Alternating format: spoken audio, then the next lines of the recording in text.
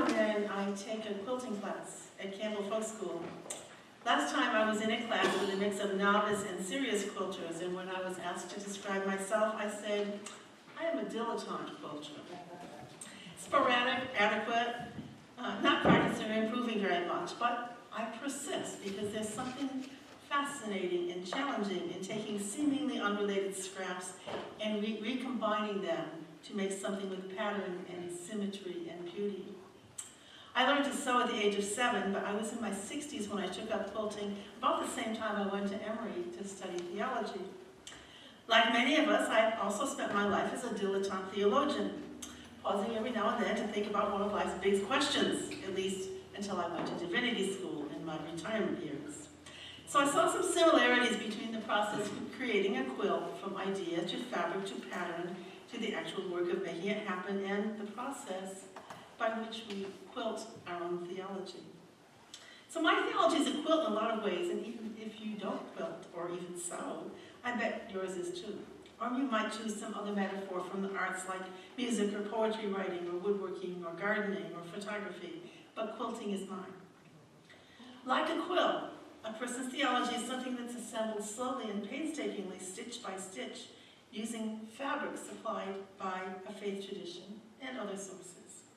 Quilting your theology means connecting those answers to life's big questions into something that's unique to you and provides a grounding for the choices and actions you take. At this point in our lives, we probably each have a theology, even if we can't state it very clearly. And it's probably evolved through reflection, experience, and conversation, and it's probably still a work in progress. It has some elements that are unique and others that are shared, but they're all made of pieces from many sources and places. We assemble them over time using tools that have been developed by others.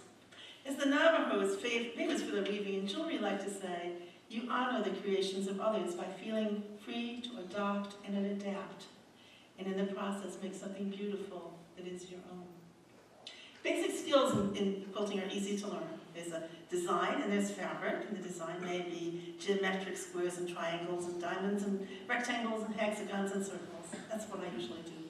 Or it may be representational. You may have a child in a field or a cat or a flower or streams and mountains, or it may be abstract or even a crazy quilt that the designer had not even had the courage to try. There may be templates to help cut out the pieces and tools like mats and rotary cutters and things like that. Then it becomes a quilt sandwich with a batting and a back that are united in various ways and bound at the edges. And when it's done, it's a quilt. So there it appears like the parallel, my metaphor sort of breaks down because quilt can be finished, but theology is always open to tweaking and refining. But quilting does not end with finishing one quilt. There's another waiting in the wings. One quilt does not make you a quilter, as long as there's life and breath and fabric and old answers to revisit. So one quilt is like a partial and tentative answer to one question. Fabric usually involves several colors, at least 2 or 3, some solid pieces, maybe some prints. That speaks to Unitarian Universalists, drawing inspiration and guidance from our 6 sources. Some fabrics are more suitable to quilting because they don't stretch too much and they hold up in washing because, after all, a lot of quilted items are used on tables and beds and cribs and they get dirty. The same is true of our theology. It gets used a lot and it gets dirty, and it needs to be sturdy enough to survive the cleaning. I like my theology to be useful and to stand up to hard wear and tear too, even if it often requires both cleaning and mending, just like an old quilt. You can get quilted things made by others, some by artisans, some by factories, and lots of people do. That's also true of theology. There's lots of places where you can buy a beautifully crafted, time-tested theology created out of someone else's experience. Unless, of course, you're you.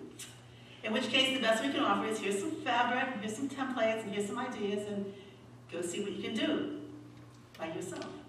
Or not. You can quilt alone.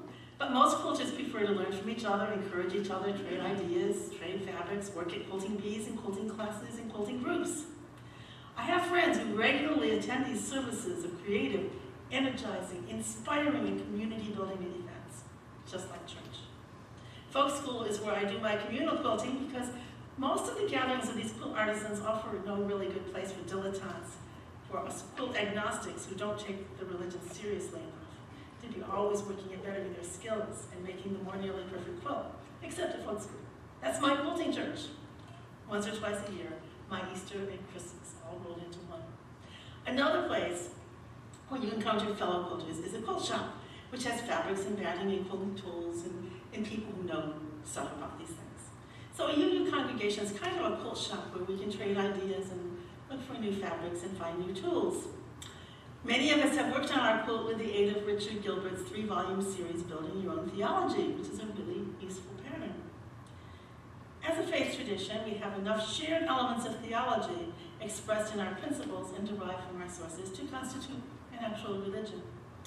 A religion has to have some kind of common core, kind of like the skills and knowledge that we expect our high school graduates or our quilters to have mastered.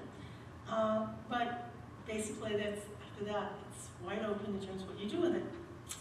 So last fall and this spring, Terry and I opened a quilting shop, and we created a Campbell Folk School space in which people could quilt their own theology. We did the sequel, Volume 2, in the spring.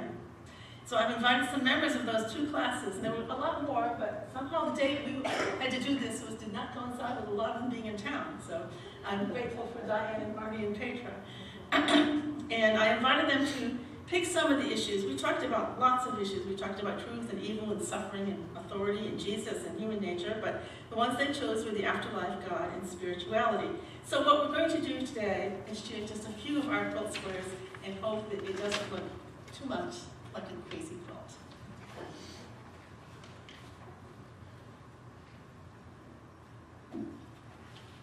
What do you think about spirituality? This is a reading by Richard Gilbert. Oh, you can pull that out if you need to. No, that's okay. Our inner weather marks what is essential in us.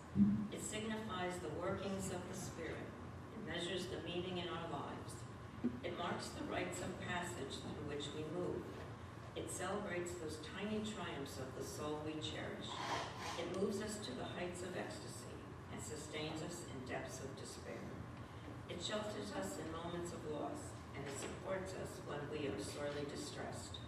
It enables us to endure and to prevail when life seems only to buffet and rebuff us. It helps us understand the mysteries that surround us and praise the majesty in which we live. Behold our inner weather, the workings of the Spirit.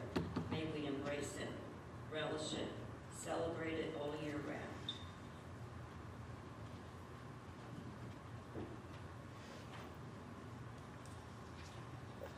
Good morning.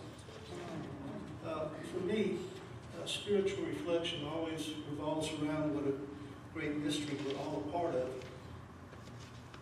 How life and self-awareness both join us in connection with all living things and at the same time separates us into individual consciousness. We are born, live out our lives, and die, but life always goes on. Life finds a way to defeat death. I don't need anything more miraculous than that to be in awe of all creation. On Facebook, I used to describe my religion as apostate Roman Catholic, lapsed Nestorian Buddhist, practicing Jedi, and Unitarian Universalist. Through the Building Your Own Theology class, I learned that my actual brand of spirituality is best described as agnostic. Although I'm pretty close to being Hindu as well, because they're okay with not being absolutely certain about anything either. I heard Dennis Prager, a well-known conservative radio personality, recently say that people who say they are spiritual but not religious are narcissists. I was saddened to hear so many callers agree with him.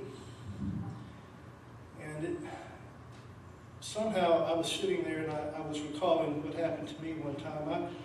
I had a chance meeting with 2 older former co-workers at a large store. They had been retired many years, and upon hearing of my recent retirement, asked me what I was doing to stay busy. I told them of my hospice volunteer handyman work, and they asked me how I had found that job, and I replied that it was through a hospice representative giving a service at my church. What church? One asked. when I told them the Unitarian Universalist Fellowship of Mobile, everything suddenly changed. The light-hearted banter stopped as they positioned themselves on each side of me in the store aisle. And one asked, "But are you saved?" I had an instant rush of fear and a fight-or-flight reaction. I sensed danger. The best I could come up with was kind of a faltering, probably not. And I faked left and went right, and I just walked away. But it shook me up, and Petra will attest. I was still shook up when I got home. Pursuing spirituality by our own rules, being a free thinker or a UU, is not widely accepted in many places. So for me, I am thankful that I found a time and place where I'm free to follow my own compass and seek my own spiritual truth and meaning. Thank you.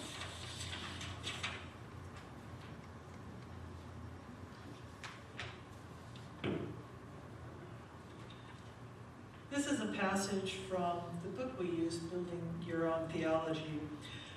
What is spiritual health? Here are some common symptoms.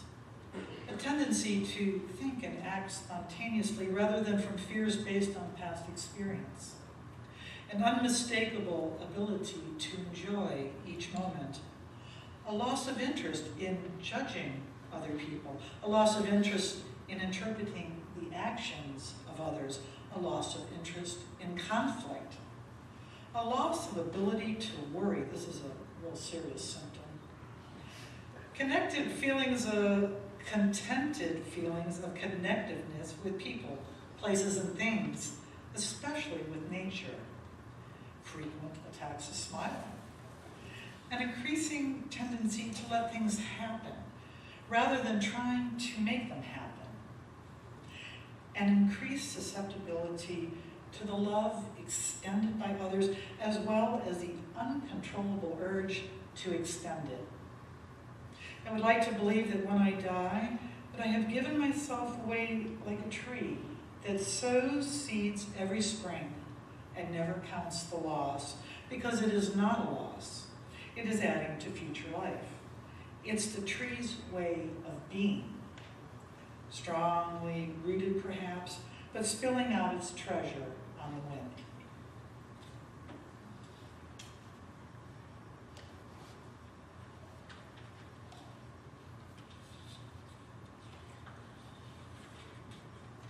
So the next question, what do we think about the afterlife? This reading is a particularly meaningful one to me because it was written about 3-4 months before she died by my good friend, the late Reverend Cynthia Prescott, our congregation's first minister. She died in May 2016, and somebody in the congregation found this on her computer and shared it at a memorial service. She wrote, "I don't know what happens when we die. Maybe the best of what each of us believes might happen. Why not? That would amount to a lot of different ways to make a lasting meaning of a life. Ashes to ashes, better compost to grow things with, improved odds at changing the world celestially as an angel, well-earned peace for a life crushed by oppression. There are others, and this is my own. At the last breath, my spirit will exit my body in a whoosh. It will be a reasonably happy spirit bursting with rich experience, kindled by laughter. Rough edges of despair worn smooth, but still visible in tiny spikes, like thorns on a rose. My spirit will remain in the universe for a good long time, and of course, I will have plenty of company. We will be a community of unembodied spirits, maintaining an optimum level of goodness in the cosmos, keeping balance, aiding and abetting God. That's what I believe my job might be after death."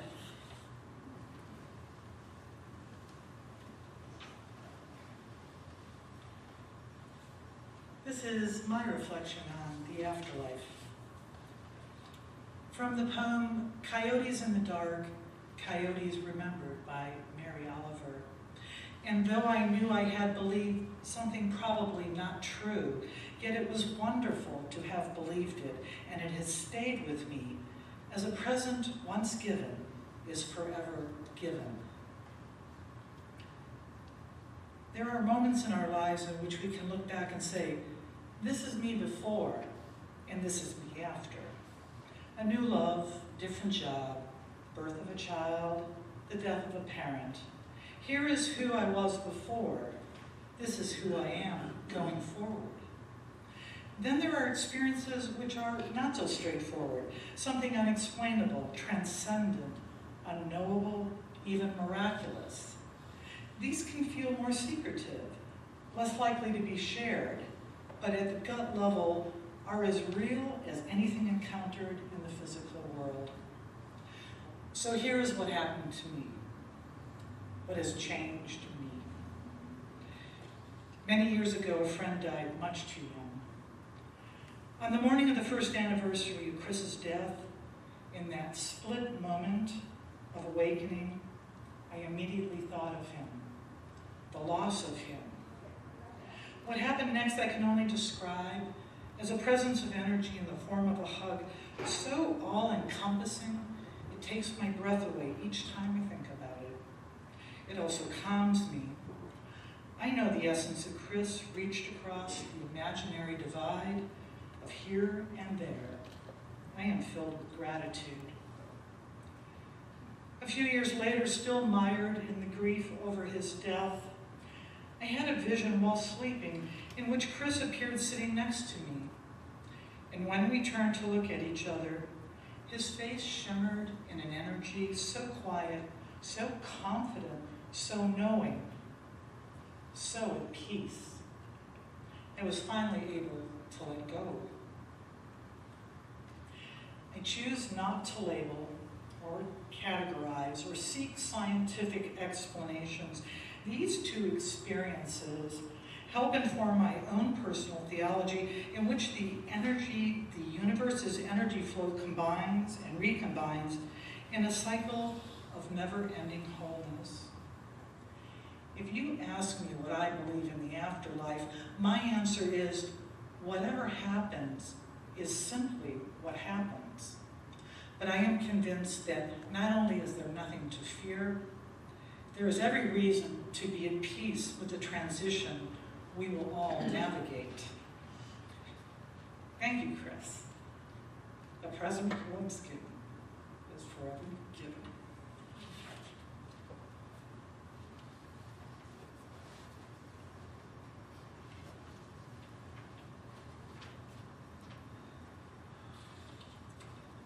The afterlife is something I would start right out. I know absolutely nothing about it, admittedly, so I'm going to start with a little story. I found this story on an online afterlife discussion forum on a website called Quora, Q-U-O-R-A. In a mother's womb, there were two babies. The first baby asked the other, "Do you believe in life after delivery?"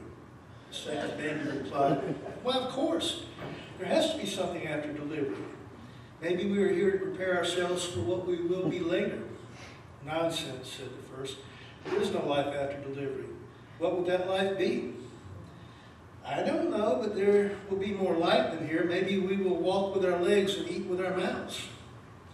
The doubting baby laughed. "That is absurd. Walking is impossible, and eat with our mouths, ridiculous. The umbilical cord supplies our nutrition. Life after delivery is impossible. The umbilical cord is too short." The second baby held his ground. "I think there is something, and maybe it's different than it is here." The first baby replied, "No one has ever come back from there.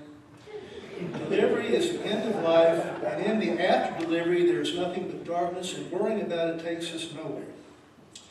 "Well, I don't know," said the twin, "but certainly we will see Mother, and she will take care of us." "Mother?" the first baby laughed. "You believe in Mother? Where is she now?" The second baby calmly and patiently tried to explain. "She is all around us. It is in her that we live. Without her, there would not be this world." "Ha! I don't see her, so it's only logical that she doesn't exist." To which the other replied, "Sometimes when you're silent, you can hear her. You can perceive her voice talking lovingly from above." I believe there is a reality after delivery, and we are here to prepare ourselves for that reality when it comes. So the story ends there. It leaves us to decide if the analogy is meaningful or meaningless. I believe if at our core we are not merely human but spirit, and not gender or even species specific, then the reality that awaits is not only more than we imagine, it's more than we can imagine. Thank you.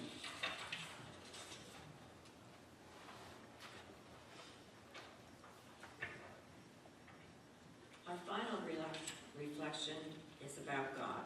What do you think about God? And this reading comes from Tom Shade.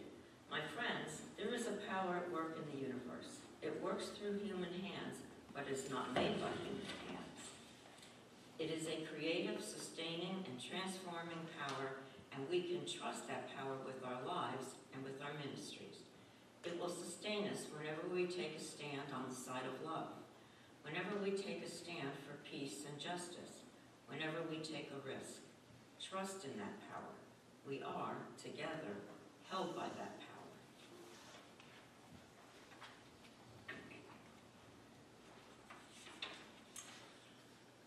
Paul Tillich described God as the ground of our being.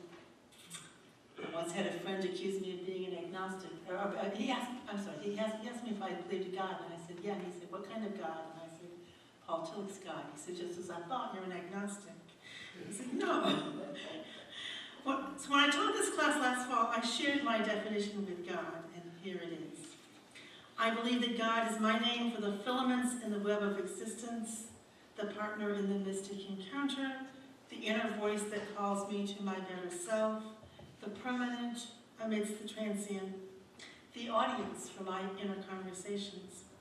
I believe that this God is the universal sacred presence that lies at the heart of all religions, taking different forms for different peoples and different cultures.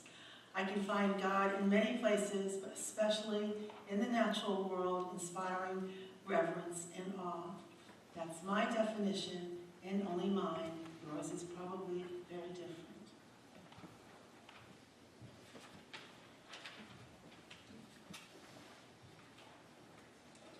So here's my reflection on God. I grew up without any interference from religion. As an adult, I shied away from the word God, mostly because it was usually preceded with, do you believe in? I vacillated between maybe and no, but avoided answering yes in any definitive way. Sometimes I used the I'm a spiritual person but not religious statement, but really it was just a trendy thing to say at the time. You can get away with that more easily in the northern states.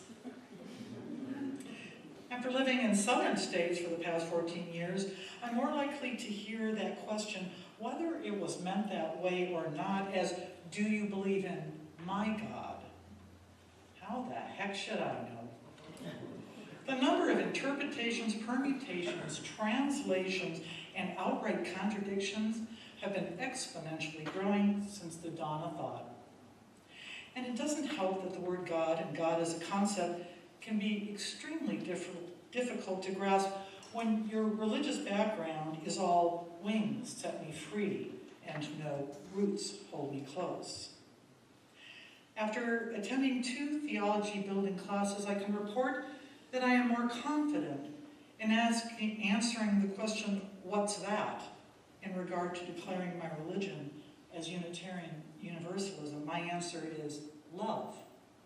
Do I believe in God? Yes. These one-word answers are useful when the person asking is only interested in their view of things. Walmart parking lots, people ringing their doorbell. I enjoy the deeper conversations that ensued during class time. Such rich and varied religious backgrounds, such rich and varied updates to belief systems. Altogether, it helped me gather bits and pieces of meaning that I had had all along and nudged me towards crafting a credo, a statement of beliefs for myself, and to consider where the word and concept of God fit in. For me, God translates to the universe's source of all that is knowable and unknowable, and that exists at all levels of being. what a mouthful. And infinitely less succinct in dire situation and trying times. So, in a way, I now see the word God as a useful shorthand, easily expanded upon as a situation calls for. And that's a whole lot better than avoiding a conversation that has every potential to be interesting.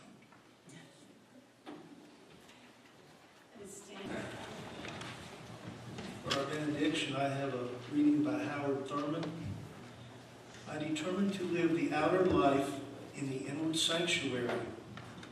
The outer life must find its meaning, the source of its strength, in the inward sanctuary. As this is done, the gulf between the outer and inner will narrow, and my life will be increasingly whole and of one piece. What I do in the outer will be blessed by the holiness of the inward sanctuary, for indeed it shall